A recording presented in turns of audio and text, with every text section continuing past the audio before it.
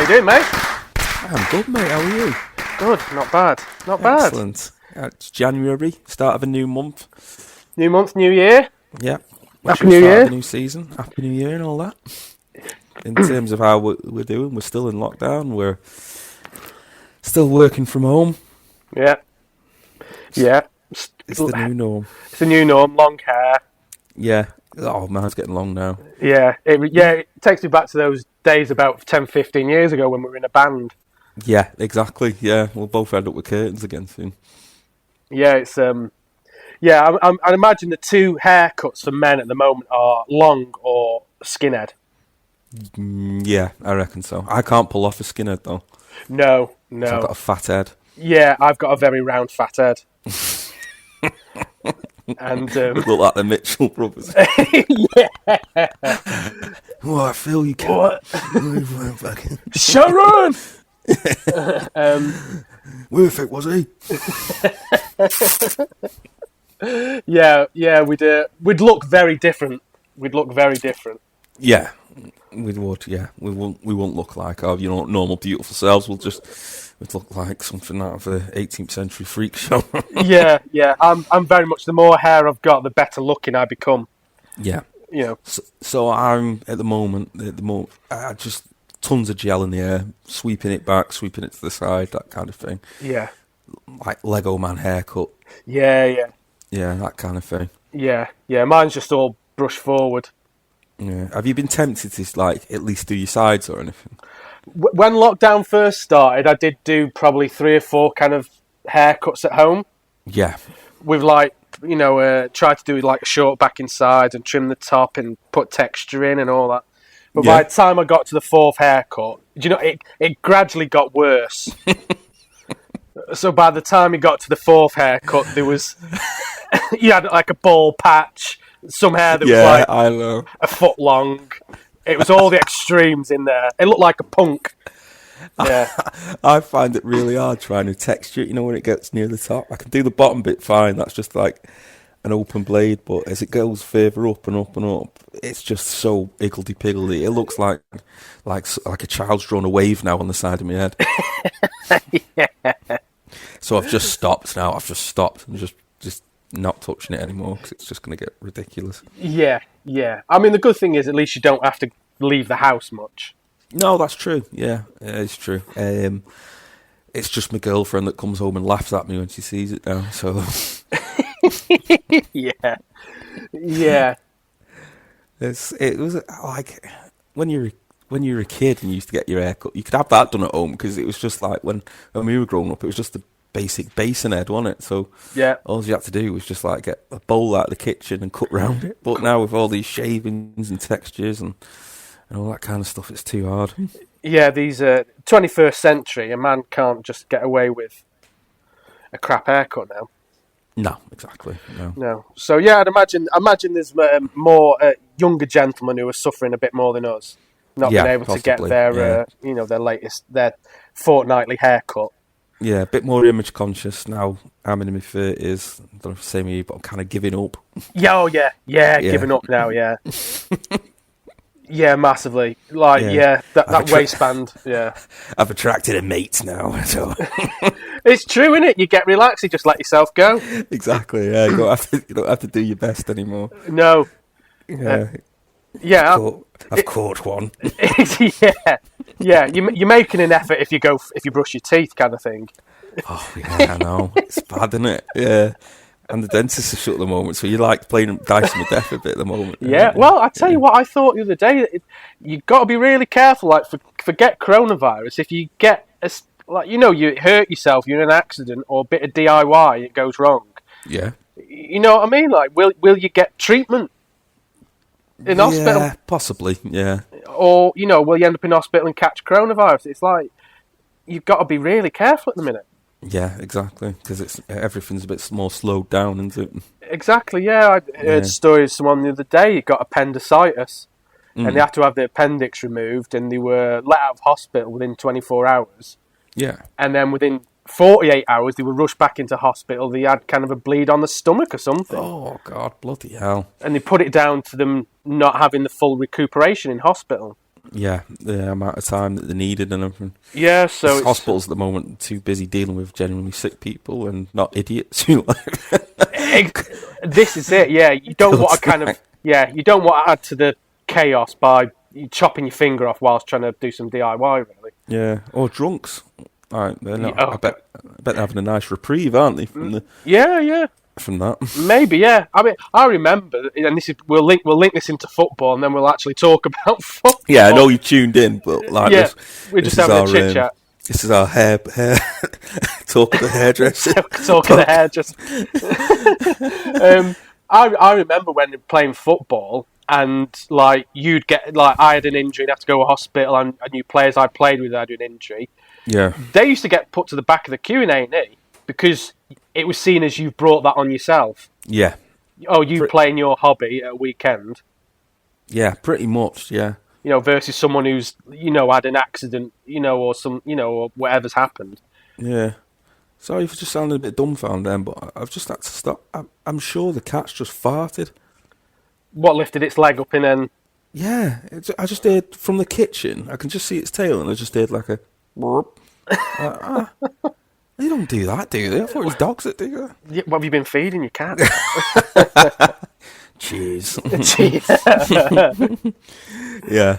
Anyway, that's cats fighting and hairdressing. We best move on with football talk. That's that done. Tick, tick. Yeah. We'll come up. We'll talk about some football, I suppose. Yeah, exactly. Well, I suppose I should let you go first, really. Oh, do I have to? Yeah, we'll get it out of the way, mate. like a bandage and plaster, just rip it off. Yeah. So just for any new listeners, this is where we talk about our two teams. Yep. Tom is a diehard Liverpool fan. Yep. And I'm a diehard Crew fan.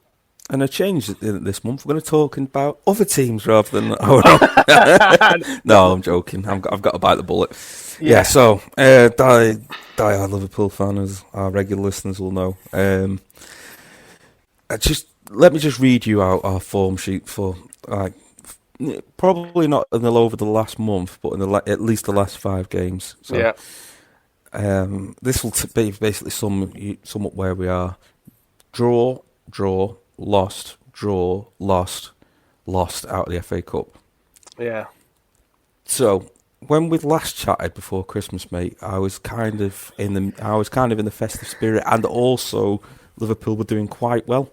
Yeah. You were top of the league. Yeah, found the form again, that kind of thing. So yeah, since Christmas and after and January in general, it's just been pretty horrendous. Yeah, so what's happened? What do you think's going on? I think, just looking at some of the results, like after Christmas, on a high, Crystal Palace beat them 7-0. Fantastic. That's what teams should be doing. Crystal Palace, as we discussed in the last podcast, that could have been a banana skin for us, but it wasn't. Yeah. Absolutely annihilated them. Then after that, it goes downhill. West Brom at home drawing. Come on, really? Okay. Yeah, everyone has an off day. That kind of accept it. Newcastle away 0-0. Right. Okay, this is starting to slip now. Southampton away 1-0 lost. You're right, and you think, right, we can let ourselves off maybe with that one because Southampton is a tough place for us to go. We've never had good luck there, so let that one off. Then 1-4-1 against Villa in the FA Cup. We were admittedly playing against children, so it's like there wasn't much to write home about there. Yeah, me and you got a phone call, didn't we, seeing if we wanted to play for Villa? Yeah, exactly. That's a decline due to coronavirus. But yeah, that's it. Yeah. Then we played United at home 0-0. That's kind of expected because it's that kind of game. The one time I went to see Liverpool versus United, I looked forward to it for months. Couldn't believe my luck, and it was just the most boring game of football I've ever seen in my life. So yeah. Then comes the absolute right. Something's really, really wrong here. It's Burnley away. I wish it was Burnley at home losing that amazing record of 68 games, I think it was, Yeah. off the top of my head, unbeaten Yeah. at Burnley. I know the record's meant to be broken. I know you've got to lose it at some point, but against Burnley, they played really, really well. Burnley did. All credit to them. Played fantastically. But we just looked like we didn't give a monkey's. We didn't give an absolute fiddler's trump or a cat's fart. In Was it this case. was it just one of those? Was it a case of two extremes that game in that you were off, 6-5 out of 10, and they were kind of at 9 out of 10? Pretty much, yeah. They wanted it more than us. Yeah. They sat back, got a goal and sat back. They weren't interested in coming anywhere across the halfway line at that point. And we just couldn't find a way through, and we just didn't look like we cared at the end of it, which was sad to see, considering how much passion this team has usually and everything. And then at the weekend, the FA Cup is against United. We played a lot. In fairness, we played a lot more better, a lot more attacking. But United just ripped us open up like a sardine can on the counter. And that's what happens when you have someone who's not naturally a centre back and someone out of the youth academy in defence, and two sweepers, sweeping left backs and right backs going forward. You're just completely leaving yourself with your pants down in midfield. So, in terms of, to answer your question, what's gone wrong, I think it's a combination of things. As discussed, I think teams have figured out our style of play. I know that I think we don't have a plan B when things go wrong and teams just sit back and stop the fullbacks. Yeah. And also, I think there's got to be a question asked in terms of this season with the COVID and everything about how many games these players are playing, because the last couple of performances have just looked knackered. So. Yeah, it was a strange one, really, because I've kind of watched your last two games against United, obviously the league and then in the FA Cup. Yeah, you've had to, haven't you? Because of, of the misses. Yeah. It's two extremes, really. I mean, I think in both games, I don't know the stats off the top of my head, but you dominated possession, kind of shots and all that stuff. So just looking at the league game, 66% of possession, you had 17 shots at goal, but you had 3 on target, and United had 4 on target. Yeah, you made double the passes. Your pass accuracy was better. You had 7 to 3 corners, so you completely dominated the game. Yeah, absolutely dominated the game. So let's just have a look at the FA Cup game. You've had 59% of the possession at Old Trafford. Yeah, your passing accuracy is better. You've made 170 more passes. You've had the same shots as United and the same shots on target. One more corner. So you've dominated the game there as well at Old Trafford. Yeah. So that's the thing. Like, we're playing the top half of the field, the midfield and the attack are doing the job. It's just what's behind them. Yeah, I think the thing is as well, there just seems to be a lack of something in that final third. Yeah, a disconnection. And I think that's proven here. If you look at the Burnley stats, you had 72% of the possession. You made 3 times as many passes. You had your passing accuracy was set 85%. Burnley's was 66%. Yeah. You had 12 corners. They had none. Now this is the one. You had 27 shots. They had 6, but only 6 of yours were on target. Yeah. And 4 of Burnley's were on target. So you look across those stats, and that says you're brilliant up to the final third. You run out of ideas, and you're having to have pops from outside the box. Yeah, and that's what's happening. It's like, because the teams are sitting back all the way back and absolutely congesting the box. Yeah. What's happening is that it's a game of hot potato on the edge of the area. Yeah. Like, there's players passing from one to the other, pass across to Robinson. I haven't got an angle, pass it back across. So there's lots of possession, and then someone gets frustrated and has a swing at it. Yeah. Hits the keeper weakly, or hits one of the defenders that's crowding him out. Yeah, hits Rose there, that kind of thing. I think one of the best things about Liverpool is when before teams figured us out was they used to come at us and we'd exploit that. It was called the Red Arrows, wasn't it? You'd have like 4 players flying forward when they were when the other team were in possession and just undo them. Yeah. Now the roles reversed. The other teams are doing it to us. Yeah. Yeah. So I suppose then, I mean, Henderson was obviously out in the FA Cup. Yeah. You've got Virgil van Dijk's out. I don't know how much Van Dijk would contribute in terms of that final third killer pass, but obviously Henderson would. Yeah. Even with Henderson coming back, do you think what's he going to do? Change the style or? Well, the good thing about Henderson is he hasn't got killer passes, but his understated work in the midfield to stop it going through to them lackluster defenders is missing. Yeah. At the moment, that you can't underestimate how much work he does. He's like, do you remember like Dirk Kuyt in the old days or Lucas Leiva, that kind of thing. They're just absolute grafters, and most of the work you see is off the ball and controlling the play and everything. And that, as soon as you remove that element, and then also from going back to Virgil van Dijk as well.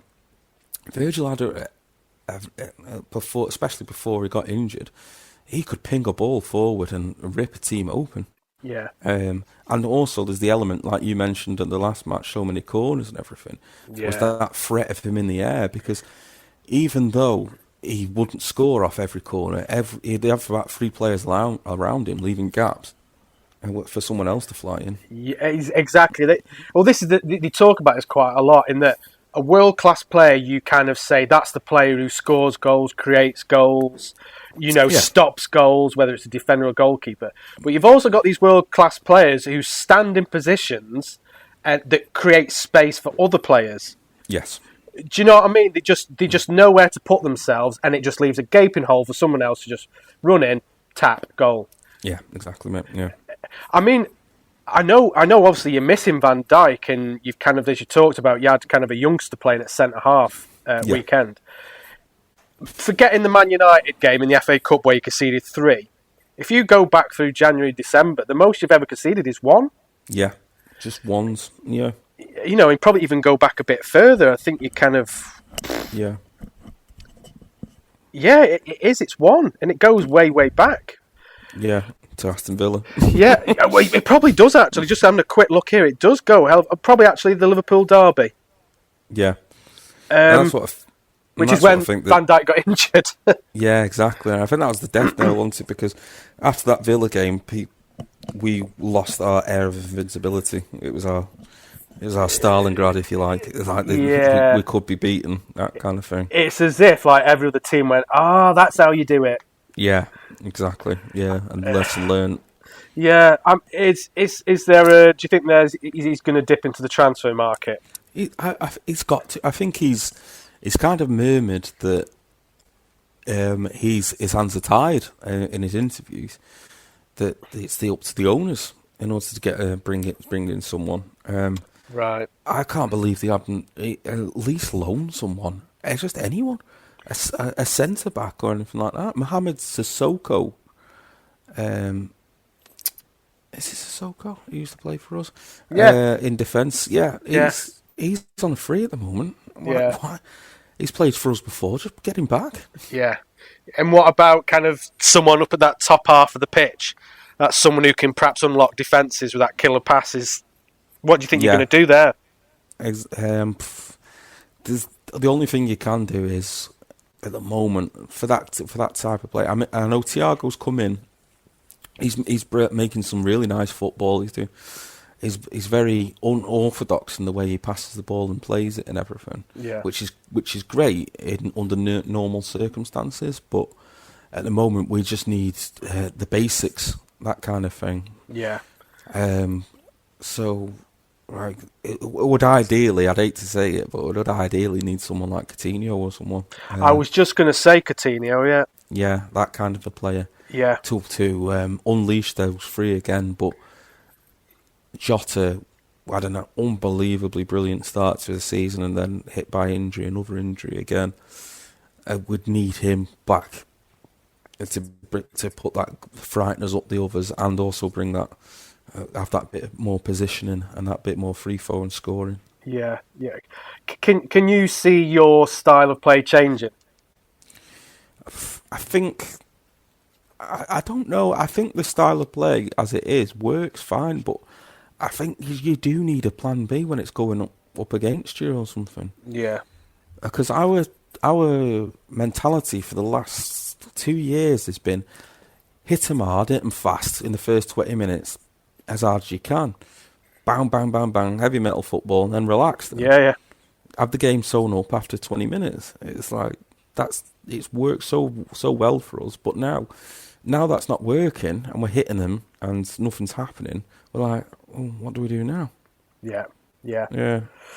So, looking ahead, then, you're 6 points off the top in fourth spot.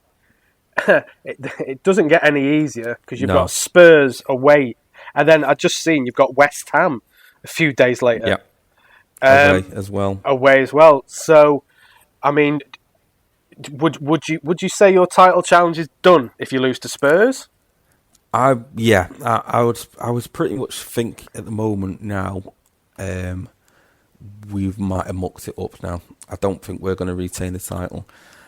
The only thing that it'll probably go for us is that with the season, how topsy-turvy it is, like Leicester have had a bad run of form previously and have come back now. City have had a bad run of form previously and have come back now with interest. United have started really badly and are now top of the table. Yeah. So it could happen. It could be our blip. And we could come out of it. But these next few games, we've got Tottenham, West Ham, Brighton, Man City, Leicester. It's a make or break. Anything more than a loss, at least 2 losses in that game, is completely over. Yeah, we'll be lucky to get fourth spot. I mean, we said on the last podcast that January, February, if you were top of the league at the end of February, the league's yours. Because of the teams you're playing, like you say, you played United in the league, you've got Spurs, you've got West Ham who are in form, but then you've got title challengers in City and Leicester, and arguably Everton. Yeah, that there, Everton. Yeah. On the 20th, yeah, so... Just to finish it off. Now, if you were 6 points clear at the end of February, you'd think that's all the tough games done, dusted. Yeah. It's ours to lose now. Exactly. Just looking at the table, I mean, if Spurs did beat you, and then won their game in hand, and then Everton have got 2 games in hand on you. Yeah, that's 6th place and at least 9 points off the top, kind of thing. And then you've got West Ham in the mix as well. And then you've got all these other games to play. Yeah, it is almost, if you lose at weekend, it's probably good night for the Premier League. Pretty much, it is curtains. However, you are right in saying about Man City. Now they're 2 points off the top with a game in hand. Yeah. It was only a month ago we were saying, look where Man City are. They were like mid-table. Them themselves were. I think it was 8 or 9 points off the top. Mm-hmm. I'm sure they were quite, and they had a couple of games in hand. I know that, but we were saying that their title challenge is over and they're going to concentrate on the Champions League. Yeah, and their form for the last 5 games is 1-1-1-1-1-1. Yeah. They've just stormed it after Christmas. They just absolutely stormed it.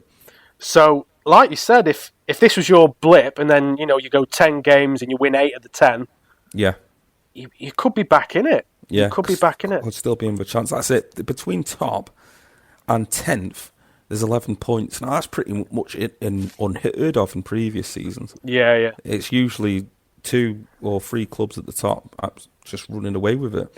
Yeah, you normally get second place is 10 points clear, a third or something. Yeah. Yeah, exactly. Or fourth. Yeah. But it's so tight in between those them. It's not a lot of difference. There's still a chance for Arsenal or Chelsea, who are 11th and 9th respectively. So it's completely open. It's completely open. Yeah. I mean, if you beat Spurs, good. Yeah, exactly. I mean, if you beat Spurs, it's you definitely game on again. Yeah. It's a bit. Give us. At the very least, we'll give ourselves a comfort blanket if we beat Spurs. Yeah, and then it's kind of saying to the rest of the league, like, we're still here. Yeah. Yeah, it's weird how quickly this table has changed in a month. Yeah, and it's going to be more like the next podcast. We'll have to see how it's gone because it can all change pretty much. It could be Spurs at the top. It could be, yeah. And I mean, back to the very first podcast, I think you were already top of the league. You were 3 points clear. You were playing well. You'd just been to Highbury and won 2-0. I think, or was it 2? No, it's 3-1. You beat Arsenal at home, wasn't it? Actually, Yeah. Everything was looking great. Yeah. But I know then we did the October podcast, and it was like we're crap. It was like everyone's injured. Yeah. So it changes so quick. It's been an up and down season. Definitely, already. Yeah. Anyway, let's move on to your team then. The mighty Crew. The mighty Crew Alexandra. Yeah, FC. I'm very, very different in terms of results and form and expectations. I think when we spoke last month, it was looking quite good. I think we'd gone unbeaten in maybe 3 or 4 games. Yep. We were looking really good. And yeah, as it comes now, we're unbeaten in 10 games. The one concerning thing with that is that only 1 win in 5. I'm just looking at that now. So you've got a lot of draws in there, mate, in the last 5. Yeah. So the 5 games before that, we won 4, drew 1. Yeah. And then the 5 after, we've drawn 4, won 1. Yeah. So, yeah, it's of course, at this point, if you'd have said at halfway point you'd be, 8th and, 1 point off the playoffs, you'd go, yeah, I'll take that. So yeah, we're just kind of the big upset of the last few weeks is we were 3-0 up against Rochdale. Oh yeah, I remember seeing that. And they come back to 3-3. That's the only blip really in those results where you go, we threw that way. Yeah, and Rochdale are quite low down, aren't they? It is a strange result, a really strange result. Yeah. Yeah. Is there anything happened in the last month that could cause it, like injuries or? There's been a couple of injuries. Yeah. I don't know what it is. We're dominating games, perhaps similar to Liverpool in the respect that we're dominating games with possession and passes and all that stuff and attempts, but just not hitting the back of the net. I think the thing for us is that we've just lost our captain. He's gone to Cardiff. Oh, has he? Oh, right. He's gone to Cardiff. That's a bit of a blow. Yeah. And then there's kind of talks of Sheffield Wednesday are after the other fullback, who is the new captain. So apparently there's people in from, and also one of our central midfielders as well. Goodness. They haven't stripped already. Getting stripped, yeah. So, I mean, he's kind of he's brought in 3 players on loan straight away. As we talked about, Billy Jones being one of them. Yeah, good signing that. Cracking signing for a season. He's definitely a championship quality player.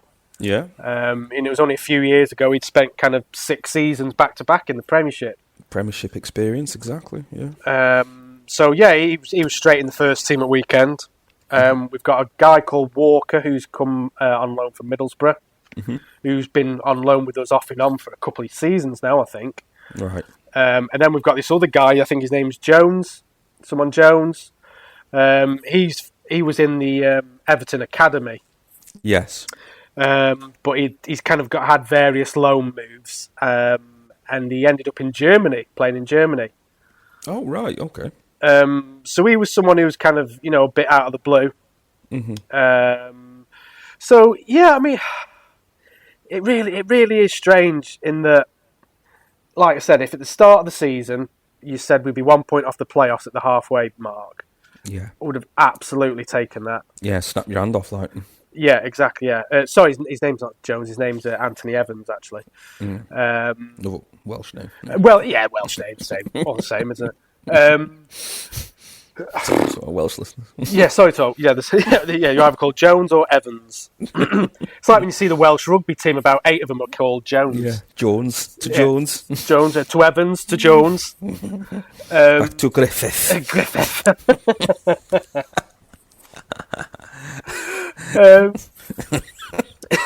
Yes, sorry, Wales. So Pritchard. So unbeaten in 10 is pretty impressive. But we are the draw specialists at the moment. Yeah, it needs to get out of that drawing. Well, at least it's not losing. But in terms of your position, you're still fine, aren't you? It's like you've 36 points. 36, yeah. The promotion zone is really good. Yeah. I mean, kind of the top two are kind of, 9 points clear. To only be 9 points off the top spot. I think it's similar to probably the Premiership, and it's quite close. You've only got 10 points between first and ninth. Yeah. It's that it's just looking at that though, like it's 8 points missed just for them draws, and it had to put you near enough to the automatic promotion zone though. Right. Yeah. Well, this is it. Yeah, and if we had not lost that 3-0, lead we had on Rochdale, we'd be firmly in the playoffs now. But still, as a team coming up is really good. Exactly, and I always kind of compare us to the teams that come up, and you look at Swindon, they come up there bottom three. Plymouth there 14th, and Northampton there 21st. Yeah, so Plymouth are our nearest challengers, and they're 6 points behind. They're a team that come up with us. So yeah, all in all, really happy with where we are. It's one of those things I always get kind of pessimistic about it, is that I think if we got into the playoffs, would I want to go through the pain of the playoffs? Ooh, yeah. It's horrible I've been really lucky in that in the playoffs we've got to Wembley twice while I've been a Crew supporter, and we've won twice. Yeah, I went one of them, yeah. Yeah, but there was also 2 other times we got to playoffs and didn't get to Wembley at all, so... Yeah, Brentford, God, yeah. Yeah, back 97, something like that. Yeah, Sean Smith, I think, scored. Old Sean Smith, yeah. He's, so... I mean, put it this way, I never ever thought we'd have the opportunity to play in the Championship again. Just through the way kind of modern football's structured in terms of the money and all that stuff. Like we said before, Championship's almost like a Premier League B now. Pretty much, yeah. With the money, talent in there. Exactly, yeah, and how the money kind of gets filtered down through parachute payments. You do get this, it's like Premiership B. So the fact that we're kind of knocking on the door for promotion to the Championship is really impressive, Massively, yeah. It's a hell of a company. And that's without any fans as well. That's missing that infrastructure and that payday as well, isn't it? Well, it is, yeah, and that probably rings true of the times in that the guy, Perry NG, who's gone to Cardiff, there's rumours, it was undisclosed, but there's rumours he went for 350k. Okay. I think, had it been a normal kind of period in football without COVID, I think he'd have been £1 million player. Yes, essentially, yeah. But clubs... I'm not going. Exactly, yeah. Clubs can't afford to turn down that kind of money at the moment. Yeah, you don't know if Crew might need the money, actually. Almost certainly, yeah. Yeah, definitely. So, you once again, you'll probably see the smaller clubs starved of talent a bit more. Yeah. Championship clubs could get a bargain here. An absolute bargain. More than 50% off. Yeah. That's it. They'll might be right. We should do that. We should get a centre back. Yeah, well, I tell you, if you're looking for a quality player, Charlie Kirk. He's my. I think he's going to be a big player out of Crew. Yeah. He could be. I think he'll be a Premiership player. Okay. Yeah. I'm surprised that he hasn't gone. I'm surprised. There's not rumours of him going. Because his assists and goals are he's probably one of the top players in the league. Yeah, or at least snapped up to the Championship or something. Exactly, at least the Championship. Yeah, I mean, he's nicknamed the Ginger Messi. Jesse. Yeah, we call him Jesse. Yeah, yeah. Oh, brilliant, Ginger Messi. That's fantastic. Yeah. So yeah, all in all, I mean, contrast our two teams. Yeah, positives and negatives in the last month, I think. Yes, exactly. Something to take away from it. Yeah. A lot of pain. Yeah. Yeah, so that's our two teams. I think we're just going to very, very quickly touch on 2 subjects, one of which we've already discussed, and that is yesterday Frank Lampard losing his job. Yeah. That was really random, wasn't it? It was. I mean, did they win 3-1 at the weekend in the FA Cup? Yeah, they won. Yeah, I saw the highlights and Frank didn't look happy. I don't know if the writing was on the walls or anything like that, but Yeah, it's still a surprise. I mean, the one manager you can compare it to probably is Solskjaer. Like there's been many times he could have gone. He's been given the time, and now they're top of the league and into the fifth round of the FA Cup. Yeah. But Abramovich is not a man that will stick with someone for that long, really. No. He gives a lot of money and he demands results. And I think the death nail for Frank Lampard was Timo Werner, because he's just simply not performing. I was just looking at that. He's what is it? His record 4 goals in 19 league games. Yeah, it's not good. And we talked about him being one of our kind of players to watch at the start of the season. Absolutely, yeah. And he missed a penalty at the weekend. Yeah, I think he started off the season brilliantly. Yeah. I'm guessing he scored his 4 goals in the first 5 games. Yeah, potentially, yeah. Who knows what's wrong with that, because he was pretty prolific in Germany. Oh, God, yeah. So maybe it's Chelsea. It's probably the same as Salah. He went Chelsea. Didn't have the best start and then couldn't get a game. So yeah, it might just be some players like the infrastructure there, or it just doesn't work. It just doesn't work out sometimes. Yeah. Yeah. So I mean, we did a quick kind of survey, didn't we, on our Twitter page yesterday? Yes. And thanks to everyone who kind of give us an answer on that, filled in the survey. But it looks 70-30 split in terms of Chelsea fans thinking he's probably gone a bit too soon. Yeah. I mean, obviously the Chelsea fans are connected to Frank Lampard as a player, and he could have lost every single game and he'd have still been an absolute legend there. Oh no, yeah, because the sheer amount of contribution he's committed over the years and everything he'll always, even now, he'll still be regarded in such high esteem at that club. Yeah, and I suppose that was the risk he took when he left Derby, in that he got Derby to the playoffs and the playoff final, I think. Yeah. And obviously then he went to Chelsea. The risk was that if he got sacked or failed at Chelsea, he might not get a job in football again.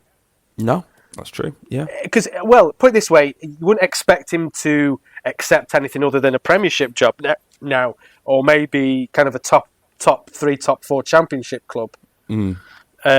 But are those clubs going to come knocking now? Yeah, he did come from Derby, didn't he?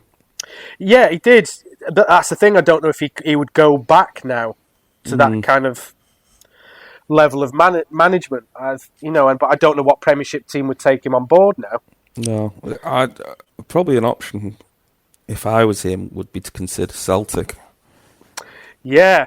So I suppose that was going to be my second point, actually, is that we were going to quickly talk about our second teams over the border. Oh yeah, true. I mean, it's Rangers to lose, isn't it? Pretty much. What an absolute runaway they're having at the moment. Yeah, 23 points clear. Yeah. Celtic have got 3 games in hand, but that's still 14 points clear if Celtic win all their games. Yeah, so I think Rangers would have to lose about 4 or 5 games in order to at least draw them level with Celtic. And considering they haven't lost any. Yeah. It's unbelievable, isn't it? So absolutely amazing. There's got to be a number of factors in that. It's got to be Gerrard is actually showing himself to be a really good manager. And also Celtic are probably just not in a good place since Brendan Rodgers left. No, and like Neil Lennon is obviously manager there, and he's a bit of one of my heroes because he played for Crewe for a number of years, or that's where he kind of got his name noticed. Yeah, put his teeth there, didn't he? Yeah. When he was Celtic manager, kind of in his first kind of stint, I don't think they ever run away with the league with him. No, in charge. It's just they didn't have much of they didn't have any competition because Rangers were in the lower leagues because of financial penalties, weren't they? Yeah, I mean, it was one of those things we always said. Whilst Rangers are out of the top league, Celtic should win the league every season by a mile. Yeah. Likewise, Rangers should get promoted every season until they get back to that top league. I'm just looking at like Neil Lennon's honours. So he won the Scottish League 5 times as manager across 6-7 years. Yeah, great. Yeah. I suppose actually he did How long was he at Celtic for? Oh, quite a while actually. Yeah. Oh, he must have been playing. Oh, that was him as a player actually. Hold on, as a Yeah, manager. he was part of the backroom staff, wasn't he? Yeah. Oh, to be fair, he won five league titles in. Well, it's split across so many years, isn't it? He won 3 out of 3 basically in his first 3 years. That's good. Yeah. I mean, he's still got a 70% win ratio. Yeah. And he had a 70% win ratio when he won 3 league titles as manager. Yeah, that's true. It's just it shows you how high you have to be in order to win it in Scottish football. Yeah. The win rate and everything. Yeah, so you still look at their record. They've only lost 2, but they've drawn 7. That's probably where the problem is. Yeah. You've also got the other extreme factor that Rangers haven't lost yet, and they've only drawn 3. Yeah. So even if Celtic were kind of playing quite well, they'd still be probably 10 points behind Rangers. Yeah. Right. Rangers, I think they've got some really good players there as well. Morelos is coming through again now. He's playing on side, isn't he? Yeah. So, it's looking done and dusted there. To be fair, and that probably means Rangers. Gerrard's off somewhere else at the end of the season. Do you think? Probably back to the Premiership, isn't he? Yeah. I don't know. I'd wait it out if I was him and just see if Liverpool come calling at some point. Yeah. Klopp's hinted that he's not going to be there forever. Well, there's that. Yeah, I mean, I'm just looking what job he might take in the Premiership. Newcastle, maybe. No. You don't think Mike he'd have Ashley. that? Oh yeah, good point. Actually, it'd be worthwhile just staying where he is. To be fair. Yeah. Apart from that, I can't see Sheffield United. Maybe Palace. Maybe Roy Hodgson can't have long left in football. Bless him. What you're going to say then? long left for this earth? Oh, he's a legend. We love you, Roy. We love Roy, yeah. We love Roy. Roy. He's very good. Yeah. Leeds aren't going to be changing managers. Arsenal could be a shout for him. Maybe, but they're doing well at the moment. They're doing all right. Won 4 in the last 5, I should say. Yeah. Teeth in. So so it could be all change in Scotland. Scotland, yeah. And also there could be the thing that Rafa Benitez comes back from China and manages Celtic. Yeah, well, he's obviously a better manager than Neil Lennon. No disrespect to Neil Lennon. But he's A, a better manager, and B, he'll be able to bring in 2 or 3 players that Neil Lennon couldn't. Yeah, precisely. Yeah, it'll be like, you're going to go and play in Scotland. Yeah. But it's for Rafa Benitez. Oh, okay, yeah. Exactly, yeah. He's his fix. Alex Ferguson, he's prick. Love that. I love that in interview. Yeah. The facts. The facts. The facts interview. Check it out on YouTube if you haven't. Right then. Well, I think we should probably cut some adverts. Oh God, yeah, the old adverts. Got people wanting to give us money left, right, and centre. You have to fit them in somewhere, don't you? We have to, yeah. Sadly, we have bent over backwards, and we do have to have adverts. Yeah. Sticking it to the man, the corporations. Exactly, yeah. From the filmmakers who brought you Why Pigs Can't Fly and the world's biggest cardboard box, the Pointless Documentary Channel brings you this brand new documentary series. Is Bob your uncle? For centuries, people have been told, Bob's your uncle. But now we finally find out, is Bob your uncle? Every day around the world, millions of people wake up wondering whether they've been adopted. Who is Uncle Bob? Perhaps it's Uncle Gary, who has a dark and sinister past and had to change his name. In 16 one-hour specials, we finally answer the question, is Bob your uncle? We also look at the rare but equally dark and disturbing family secret. Is Fanny your aunt? Starts next Monday on the Pointless Documentaries channel.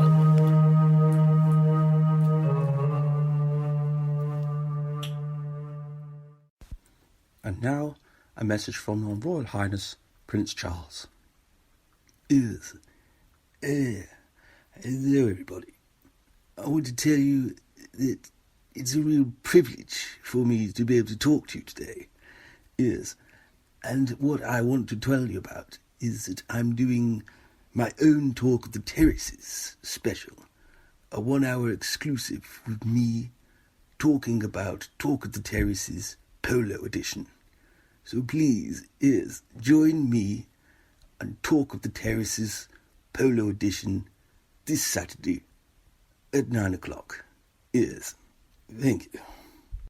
So, welcome back to the next part of the podcast. Yeah. So we're going to. It is pretty much bang on the halfway point, is it, in terms of games played? Yeah, how many games? It varies between teams, doesn't it? Because they've the games getting cancelled. But on average, I'd say most teams are on 18, which is banger halfway. Exactly. Yeah. January certainly is the halfway point. So we thought we'd review our predictions for the Premiership, our top four and our kind of the bottom three. I've kind of listened back to episode 1 and made a note of what we predicted. So we'll go with bottom three first. Okay. So your predictions were Burnley, Right. Fulham, Yeah. and then we both made this mistake by including this team, West Ham. Oh my God! You know what? My football knowledge, my football foresight is scary, isn't it? How accurate that is. Yeah, we were adamant that West Ham were going to have an absolute shocker of a season. Yeah, because of the way the club goes and all the infrastructure and the back room stuff of having 3 owners, one of them with a massive hat. It's like, yeah, I could just see them going down, but. Yeah, we got that wrong. I got one right. I've got Fulham, and then they're in they're 18th at the moment, so they're just in the. Yeah, so you've got Fulham. Fulham would be a tick. Burnley is, they're 7 points clear of the bottom three. Yeah. They're the 15th. So you look and you go, oh, Burnley 15th. Yeah, they're in a relegation battle, but then you see the 7 points off the bottom three. Yeah, exactly. Yeah. So West Ham, yeah. So I predicted them to go down to relegation, and they're currently 7th. Yes, they're only 2 points off my team, Liverpool. So that was extremely accurate. Yeah, and we've both fallen foul to that. Like I said, we were both very adamant that West Ham were going to get dragged into it. I have been waiting years for them to go down because it's just I don't know how they've stayed up. They kind of have this thing, don't they, where they have a change of manager or they just drag themselves away from it. Yeah, it's just been hanging on by a tooth and nail, but now they've just come from nowhere and shot up the table. It's bizarre, and won the last 3, drawn 2 before that, unbeaten in 5, and won the last 3. So I had West Ham, and then I had West Brom and Fulham. Yeah. So I've got 2 out of the 3, but the obvious thing is that we've both missed Sheffield United. Yes. Which I think has shocked everyone, really. Well, yeah, it's a really bad turnout for the Bucks, but they did win one game recently. But in the past 5, they've lost 4. They're still only on 5 points. They are currently 12 points off safety. It's not looking good for them. For one of your teams in your city where you are residing at the moment. Yeah, it's Tip Blades, yeah. Sean Bean's team. Sean Bean will be banging on Chris Wilder's office door and smashing the place up. Open the door, you bastard. This is allegedly, so I'm going to put that word out there, allegedly. Yeah. You know when they were in the Premiership, 12, 13, 14 years ago, and they lost last game of the season to Wigan? Yeah. Is this when West Ham robbed them? This is the Tevez West Ham season, yeah. So Sheffield United were playing Wigan last game of the season for a winner takes all to stay up kind of thing. And, oh God, yeah, I remember that. And you thought they were in the FA Cup run, weren't they? Yeah, exactly. Yeah. I think Sheffield United got to the 2 semi-finals in the cup as well. Yeah, something like that. But yeah, Sheffield United won. They'd have stayed up, but they lost 1-0 at home to Wigan. Allegedly, Sean Bean went up to Neil Warnock's office banging on the door and absolutely went mental. He's such a hero, isn't he? Yeah, and Warnock, all there, his family were in the office, and his grandchildren or whatever, or children, yeah. And Sean Bean was smashing the place up, kind of Sharp style. You would crap it, wouldn't you? Yeah. Just banging on the door. Yeah. Allegedly. Yeah. It sounds plausible. It sounds plausible, it does, yeah. Yeah. So, yeah, with COVID, he might not be allowed to kind of smash down Chris Wilder's door. He might not be allowed in the stadium this season. They just spam him instead. Yeah. He'll just record a video and send it to him. Yeah, they're not going to stay up, are they? They've gone. No. They've gone. No, exactly. Poor lads. They've got to start planning for life in the Championship and bouncing straight back. Yeah, that's it. Get the parachute, make some decent signings, have another crack, and come back. Yeah, I mean, yeah. It's that thing, isn't it? You look at Chelsea sacking Lampard, and obviously Sheffield United are sticking by Wilder. He's done wonders at that club, turning from a League One club to a Premiership club in 4 years or whatever it was. Yeah, 3, 4, maybe 3 years. Around. 3 years actually. They won the league. Then within 3 seasons, went from League One to promotion to the Premiership. Yeah. I think they're probably going to stick by him. I think they'd be daft not to. Yeah. Yeah, and they'll probably give him 5-10 games at the start of the Championship season. Yeah, it's just been a really bad time for him, isn't it? Yeah, it happened. But like we said, it was a complete surprise. In that, I think we've said before that for a team just to go sideways in the Premiership from season to season, you need to sign 2 or 3 players who go straight into your first 11. Yeah, who are going to make you better. Now, I don't know particularly if Sheffield United have done that. Have not necessarily made themselves better, particularly with the goalkeeper. I think they've taken a backward step with the goalkeeper. Yeah, maybe they just rested on the laurels a bit. So maybe you could go. And thought, it worked last season. Exactly, and even if we don't go making big signings, we might slip 5 places. Yeah, exactly. But not slipping from, where did he finish? Was it 8th, something like that? Yeah, top half the table. Isn't it? Yeah, from 8th to bottom is a massive fall. Probably it's been exaggerated because of the 2 things. They haven't exactly made great signings. And similar to Liverpool, they had a very distinct way of playing. Yes. Very similar to Liverpool, they had kind of wing backs bombing on. Mm-hmm. They've been found out. Yeah. So those 2 extremes has probably gone against them. Yeah, that's what we discussed earlier, because you have to have a plan B these days and everything in order to turn it around. Yeah, and I watched Sheffield United. They were on iPlayer at weekend in the FA Cup against Plymouth, and they won 2-1, but they look poor. They look poor. Yeah. The quality in that final third was terrible. So, yeah. So that's my predictions. One's going all right. What about yours? Well, yeah, so I had West Brom and Fulham. So you've got 2. I've got 2 of the 3, yeah. Yeah. But yeah, I slipped up with the West Ham error as well. Right. What about the top half then? Top half. So, your prediction and my prediction had the same top 2, which was Liverpool, Man City. Mm-hmm. So we got one of them. Yep. And then you went Chelsea, Spurs. I went Man United, Spurs. Oh, you lucky bugger. Yeah, well, exactly. It's all luck, yeah. Yeah. So is that us both? What have I got? I've got 2, and you've got.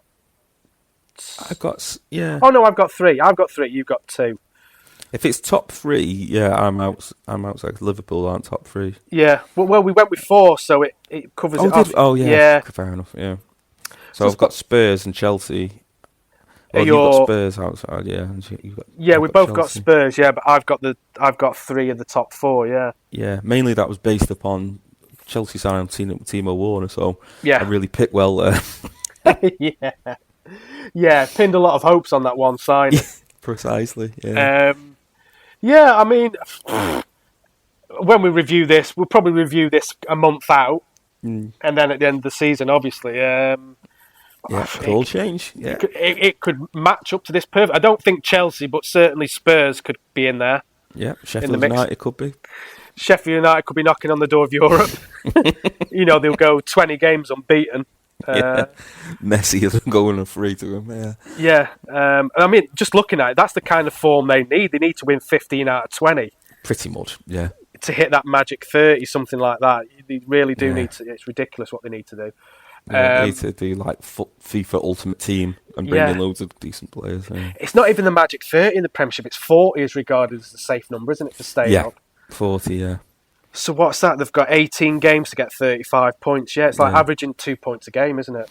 so we're still 6 points off safety. Really. Yeah, exactly. Yeah. Man United are safe, everybody. Man United are safe. Hey! 40 points. That's breaking news, isn't it? Yeah, Man United are officially safe. Man United are officially safe. You've heard it here first. Yeah, breaking news. Breaking news, yeah. So yeah, that was our predictions for the season. I suppose we can do a little bit of a half prediction. What would you put your top 4 as now to finish the season?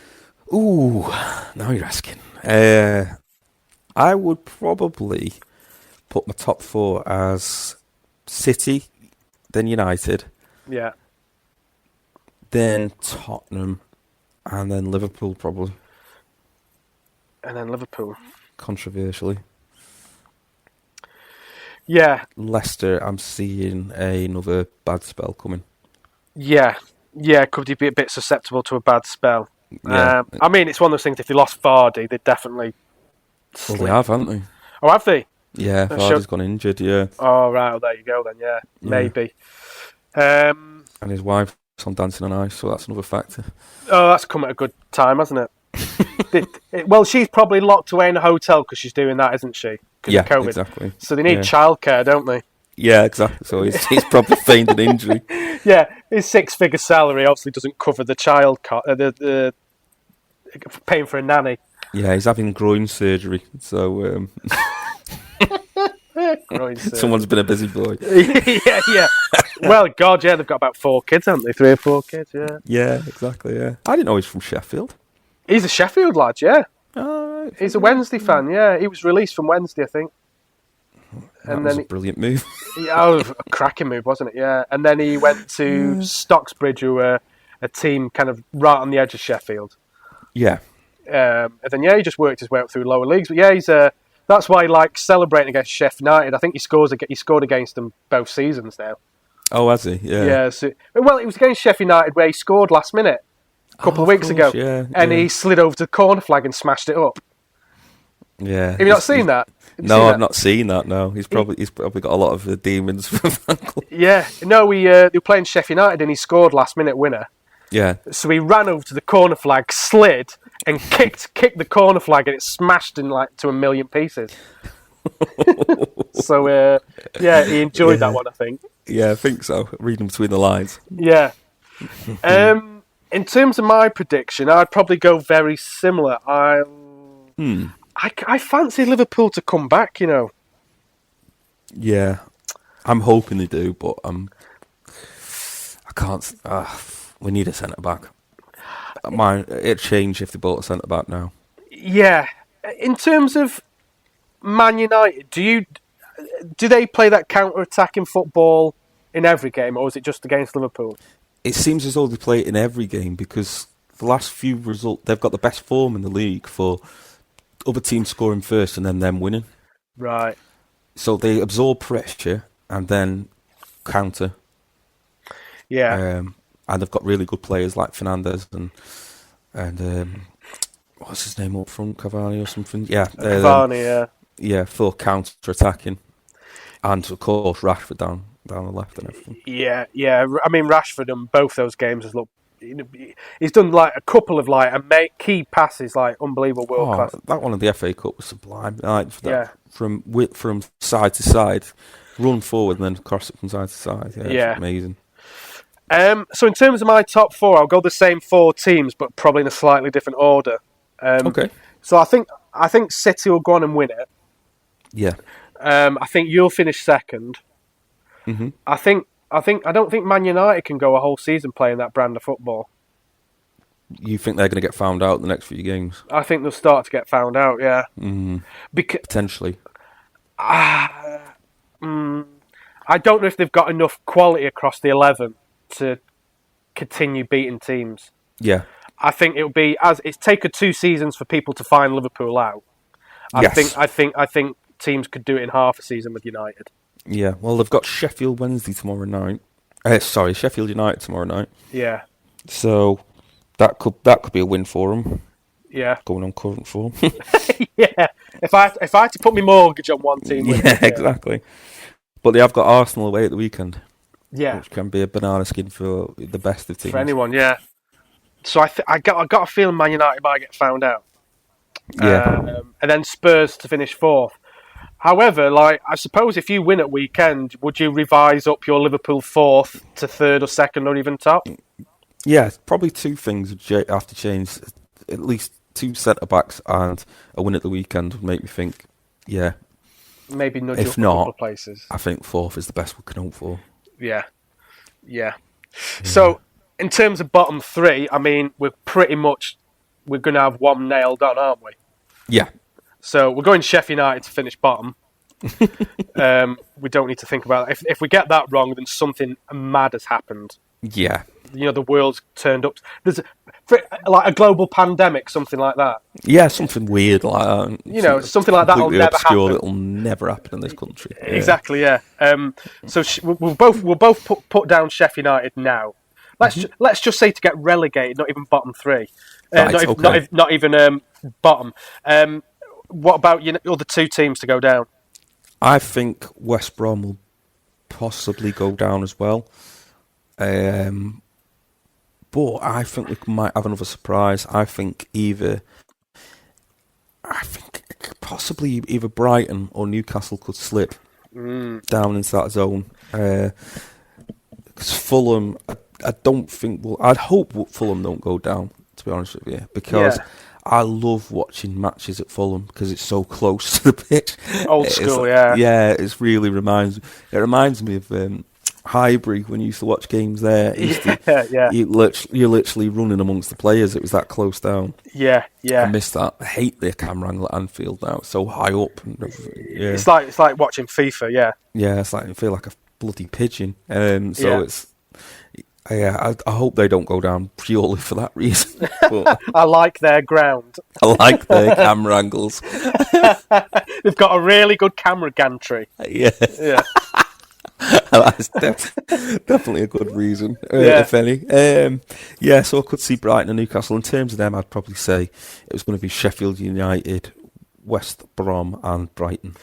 And I will echo those 3 as well. Yeah. Obviously, I think Sheffield United is the dead certs. West Brom, you've got to include them because they're 19th.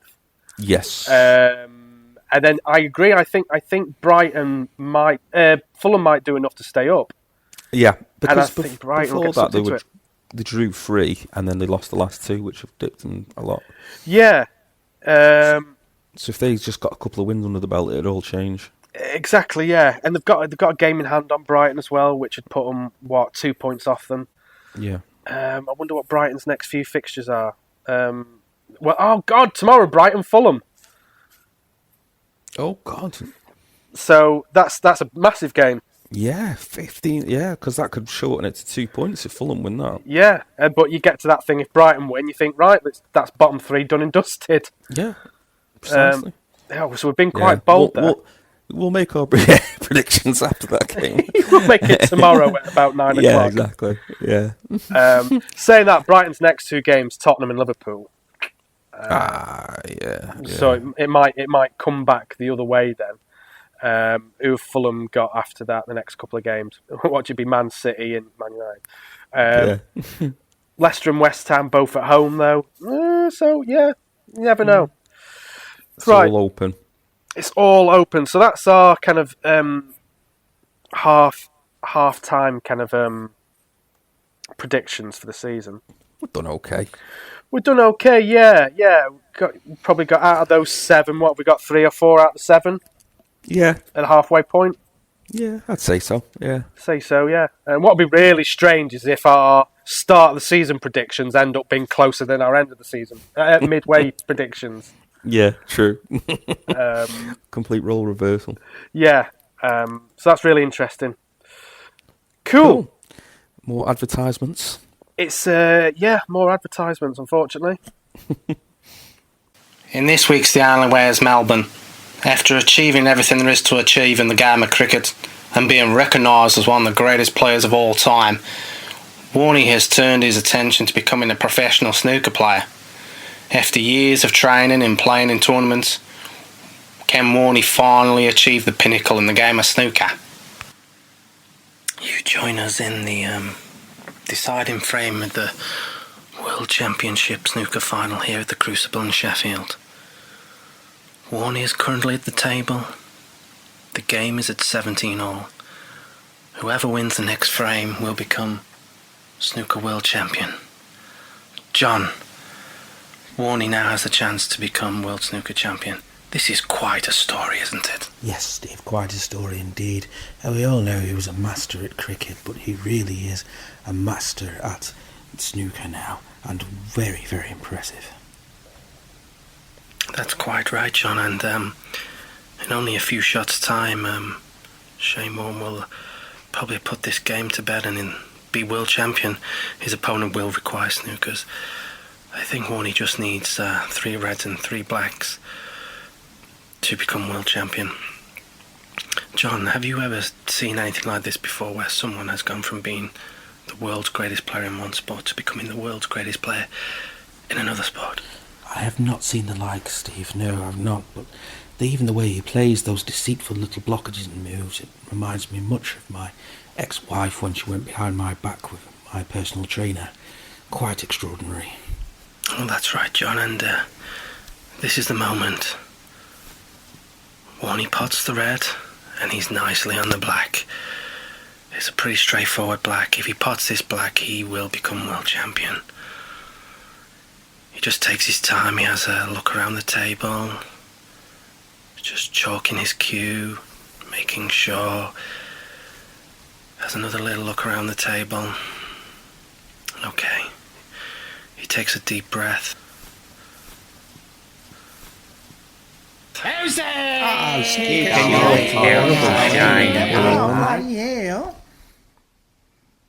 Hello, and welcome back to the final part of the Talk of the Terraces football podcast. Hello. Hello. So as our regular listeners will know, this is where we kind of take a sidestep from the world of football and just talk about some weird news, weird stories. Just things that tickle the fancy. Yeah, and obviously, hopefully, that offer some comedic value to our listeners. And then, finally, it's your pick this week, but we will kind of discuss one of our classic albums, one of our favourite albums.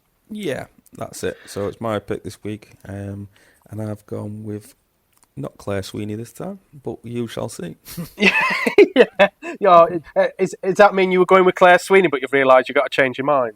Yeah, pretty much. Yeah, I think we've already. Yeah, I'd have to think of someone else. Yeah, I think I might have to go with someone really obscure, like some Hungarian folk thing or something. Yeah, exactly. Yeah. Cool. So I've got a couple of weird news stories. Cool. Love a new weird news story. Yeah, it's not surprising, but there's lots of weird stuff going on. Right. Somewhere on planet Earth at any one point in time. Okay. So the headline reads, and this is on the Metro website. Woman fined after walking husband on a lead and telling police he was a dog. So immediately you go, what?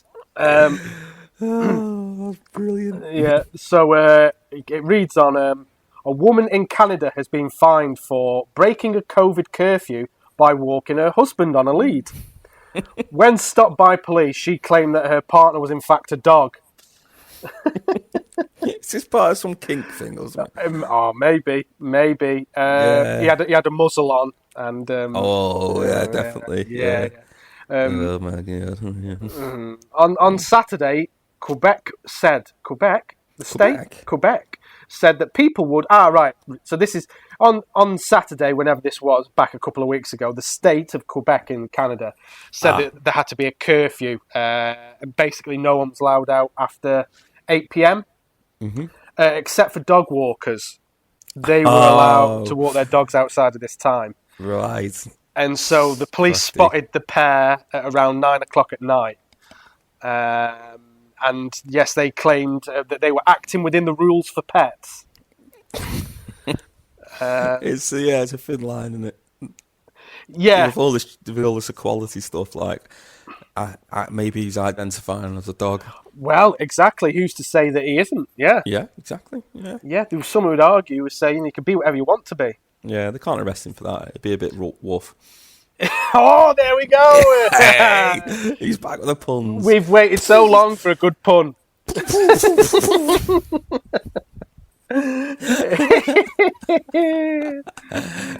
Oh, well, at least I don't have to think of one now. Yeah. So yeah, that was a couple of weeks ago in Canada. They were both fined $1,500 Canadian dollars. Ooh. And that's the story, really. Yeah, that's quite gutting, that amount of money, isn't it? Yeah, it is. Yeah. Yeah, there's nothing more really to add to it. It's quite a short news story. Fair enough. That's all right. So yeah, Short Bosch, short and sweet. And my second one is once again, it's from the Metro. So they're making good source. It's the place to go for weird news. Yeah. Man changes. Yeah, it's got to be good. You can't even say it. I mean, it's all right, but yeah, it's the picture of him that's making me laugh. Man changes name to Celine Dion after having far too much to drink. A 30-year-old man decided to change his name to Celine Dion after having few too many glasses of wine. Thomas Dodd, otherwise known as Celine, had the idea while watching one of Canadian singers' concerts on YouTube over Christmas. Another Canadian, yeah. And it's all going off in Canada, isn't it? Yeah. But apparently, though, he was that drunk when he officially changed his name, he'd forgot about it. Yeah. Until the documents come through the post a couple of weeks later. I'm just reading this here. Apparently, the name doesn't actually change until you sign the papers when they arrive, but he's got no plans on not signing the papers. He's going to do it. He's going to go through with it? He's going to through that in hoping that he'll be able to get backstage at one of her concerts in the future. Oh, God, that's crazy. Yeah. I mean, at some point, you'd have to sit down and say, like, this is getting serious.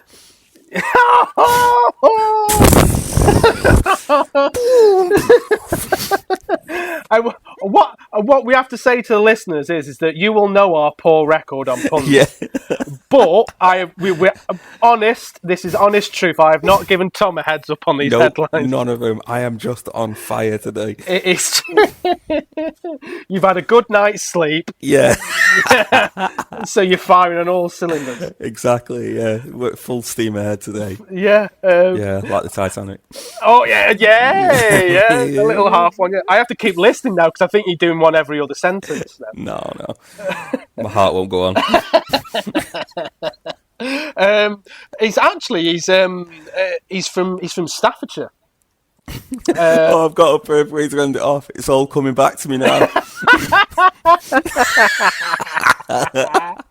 Oh, brilliant. He's from Staffordshire, is he? He's from Staffordshire, yeah. I was expecting him to be a bloke from Canada, but no, he's from Staffordshire. Oh, fair play. I'd love to meet Celine Dion or Celine Dion. Yeah. Oh, imagine that saying, "Oh, you're going to meet Celine Dion." Oh, really? Yeah, and it's a bloke from Staffordshire. Yeah, I'm going to go to the pub and meet Celine Dion. Just like,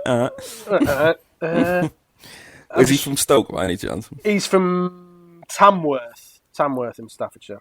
Oh, yeah, that's Birmingham border, isn't it? Yeah. So, yeah, there's nothing really much to add. I'm just having a quick look through the rest of the story. Normally, these headlines do have a pun right at the end, don't they? One of themselves, yeah.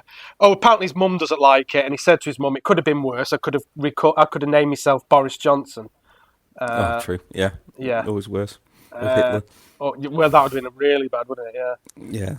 Yeah. I'm just trying to see if they've got a pun right at the end. These things normally do. Yeah. He's one of those. It's going to take some to beat me. Yeah, my work know by now that I am bonkers, so they should be fine with it. It's probably like that character off the Fast Show, the Office idiot. Yeah, exactly. Yeah. I'm an alien. I'm an alien. Yeah. What is his name in that? Summit Tim? No. Is it? Colin. Colin. Yeah. Oh, Colin, you're so silly. Yeah. I'm an alien. Yeah, there was one person in the office who found him hilarious. Yeah, Colin Hunt. Colin Hunt. How did they get away with that? Colin. Oh God. Yeah, so that's my two weird stories. A very quick other one that I read was that apparently we're all animals are evolving to turn into crabs. Not got crabs to Not got turning into crabs. No, apparently the crab is the perfect animal for planet Earth. So they've identified that animals are slowly evolving to become crabs. Right, okay, fair enough. I'll look forward to that. So yeah, when you next see me, when all this is done, I'll probably have like I'll be walking sideways and have a hard exterior. It'd be a bit crabby. I'll be a bit crabby, yeah. So yeah, that's the weird news. For this I month. loved them, mate. I love them, especially Celine Dion. That's my favourite. That was very good, and we've nailed it on the old puns. Yeah, exactly. We're back on form. Back on form. Well, you're back on form. Yeah. And pressure on you next time.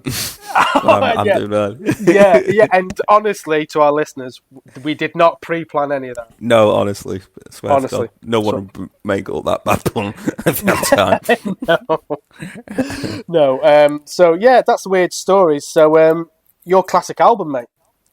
Okay, classic album of the month. It's not a modern one, as you can probably guess. With the way it's not Katy Perry or anything like that, or Taylor Swift. That's a shame. When I was 16, 17, no, it's not one of them stories. Yeah. I was at a precipice where I was going to decide whether I'd continue playing football badly or I'd get into music. There was one band in particular that made me pick up an instrument and play guitar, and then that led to us playing in a band and all that kind of stuff. And it all started off with Nirvana. So I was, for those listening, I didn't hear Nirvana and think, oh, they sound good, like at the time, because that would make me about 40, 50 now. Yeah. But it was actually like people in school started to get into kind of an alternative thing. A girl I was seeing at the time, she liked him, and I was like, oh, right, okay. And just listened to him and was just blown away, and it made me pick up a guitar and learn a Nirvana song, which started my guitar playing off and stuff. So the album, I'm not going to be one of those fans who go, I prefer the album that was less popular. I'm going to go with Nevermind. I think it's just an unbelievable album. One of the biggest sellers ever, I think. Exactly, yeah. So it's not without merit that I'm suggesting this one. Like I say, like you said, mate, it's Q albums, Enemy albums. It's usually within the top 5 of albums of all time, Music Hall of Fame, and everything. The energy of the album was what attracted to me.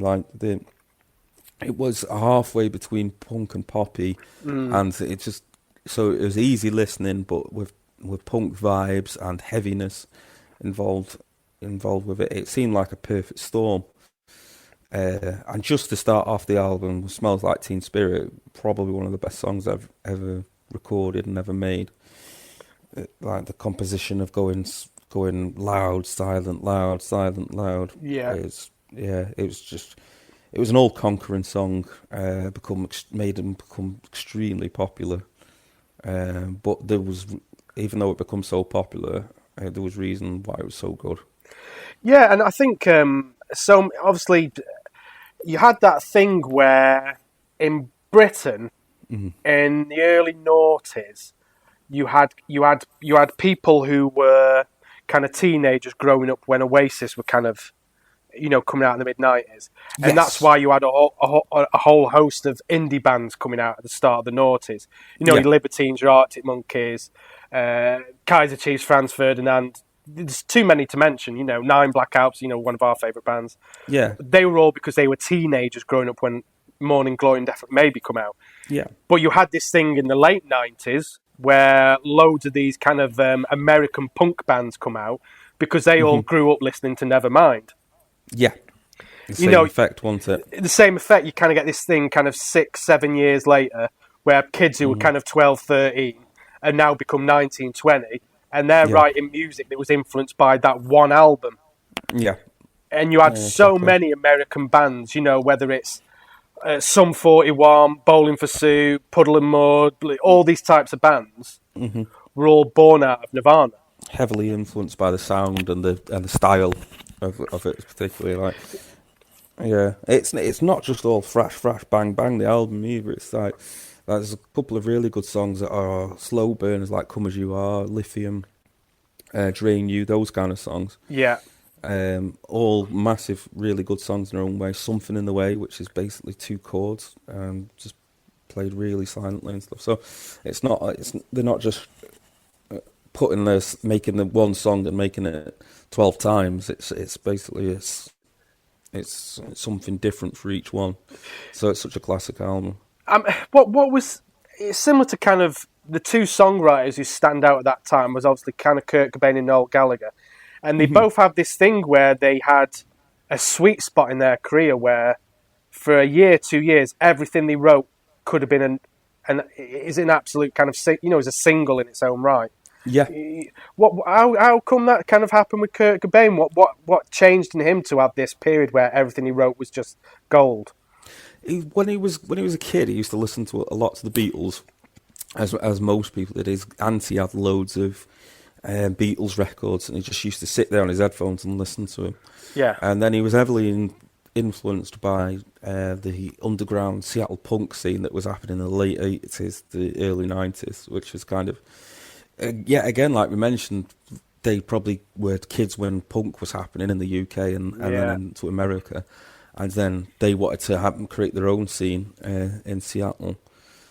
But in terms of writing songs, he just wanted to keep it simple, and it was kind of songs that you could whistle along to, but with a heavy edge to it. So he wanted to write songs that were pop songs, like you could imagine a pop singer singing, but with heavy overlays of guitars, bass, and outstanding drumming by Dave Grohl. Yeah. Do you think that influenced him as a songwriter, actually, Dave Grohl joining Nirvana? I don't know if it influenced him, but I think it certainly pushed their music up to another level. Yeah. And made them a hell of a lot better technically. And also it added a second vocal, which he hadn't had before. So it could thicken up the tracks. And he could do the highs when Dave Grohl did the lows and that kind of thing. Yeah. So I think Dave Grohl just turned them into a good band, to a world-beating band, that kind of thing. In terms of songwriting, I think he was very private about it. He just kept it to himself. He didn't like anyone else contributing. I think Dave Grohl brought a couple of songs and he dismissed them outright. Right. Yeah, so he kind of kept it to himself. The way he used to do it was, I think it was music first, lick first, and then come up with the lyrics over the top of them. Right, so it was very much music and melody and then lyrics kind of last. Yeah, exactly, yeah. Was he someone who kind of spent much time writing lyrics, or was it all about kind of the, like you said, the pop influence writing melodies? Yeah, I think some of his lyrics were quite throwaway and not much meaning to all them, but then people read into them a lot more than meets the eye. It's a bit like the Beatles suffered from. It's like parents in the early 90s worried about the opening to Smells Like Teen Spirit, like load up on guns, kill your friends, and that kind of thing. Yeah. Which is kind of, it didn't at the time, but had echoes of years later, like the Columbine shooting and everything like that. Yeah. But that was just like what was wasn't happening as prolific at the time, but kids were bringing guns into school and all that kind of stuff. Yeah. So I think he was influenced by the environment he was around, and they went on to make more albums but this was always the pinnacle album, the most popular one. Yeah.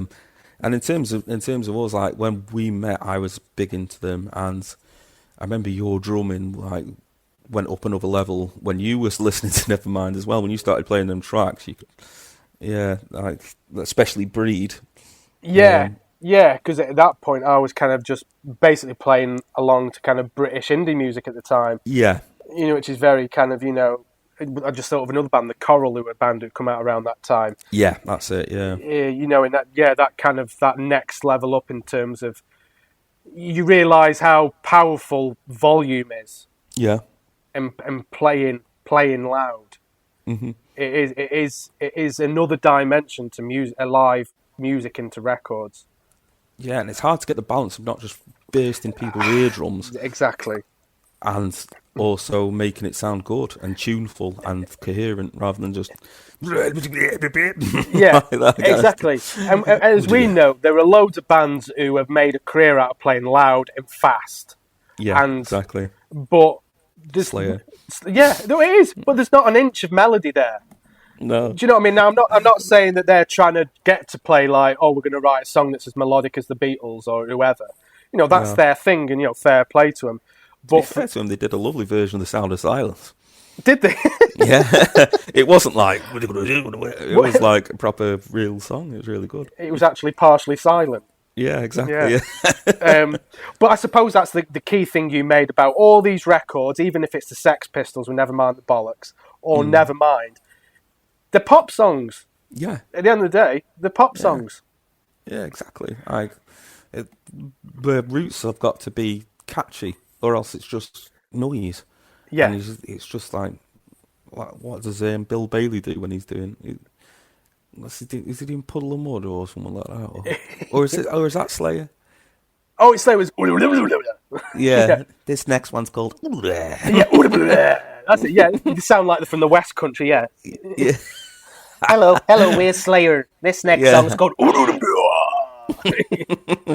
And then it's just all people jumping up and down, spin washing and everything like that. It's fine if that floats your boat and whatever gets you through the night, it's all right. But in terms of craftsmanship and beautiful music and clever music, I don't think you can go far wrong with Nevermind. No, it is a classic and it'll always remain a classic. Yeah, classic cover as well. Classic cover, yeah. Little baby with his nudger out. Yeah. $1. Yeah, was that like kind of photoshopped out at the time in the US or? I think it was. Yeah, I think they blurred it a little bit or something. Yeah. Yeah, and the guy recreated it years later and stuff with his pants on. Yeah, he's about 30 now. Yeah. I'm sure I've heard about that album. They had to sell it in record stores in America in like a sleeve. That wouldn't surprise me. Covered up the bottom half of the album cover, basically. Yeah, that's it. That really wouldn't surprise me, actually. Yeah, it was like the Arctic Monkeys album was called Suck It and See. Yeah. And they had to sell that reversed in America. So you couldn't see the front of the cover. Yeah. That's crazy, isn't it? It's one of those things, certain states, they have these mad laws where you can't. Yeah, it's like one of Lou Reed's albums, wasn't it? It was a banana. But if you peeled back the banana, it was a dick. Yeah. I think Andy Warhol designed it. That's right, yeah. Well, mate, an absolute classic choice. Yeah. I think we've gone back to back the two biggest albums of the 90s. Yeah, that's it, yeah. Certainly from bands, yeah. Influential in terms of ours, anyway. Yeah, that's it. That's pretty much. I promise you, we'll try and bring an up-to-date album at some point, right? Yeah. But honestly, it's just crap at the moment. It's nothing. Yeah, we're showing our age, aren't we now? Yeah, exactly. Yeah. Like them two old rockers, like. Exactly. Yeah, it's a bit. What's the League of Gentlemen sketch? Oh, creme brulee. Oh, we're a bit creme brulee. Yeah, shit business. We've gone a bit creme brulee, haven't we? Yeah. The only good music was around like 20, 30 years ago. Yeah. Yeah. Punk rock. What was that about?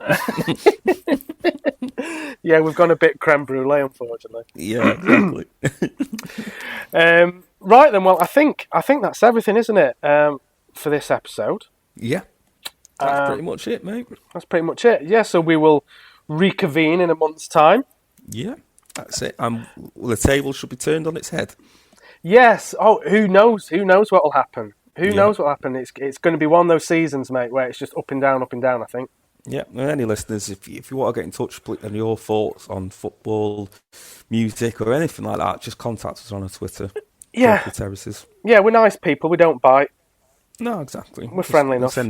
Send mild abuse, but it's all good fun. It's all good fun. It's all in good fun, yeah. Yeah. Right then. Well, I'll speak to you in a month's time, mate. I'll speak to you too. Yeah. Be safe, everyone. You too. See everyone. Double wrap it. I'll leave it there.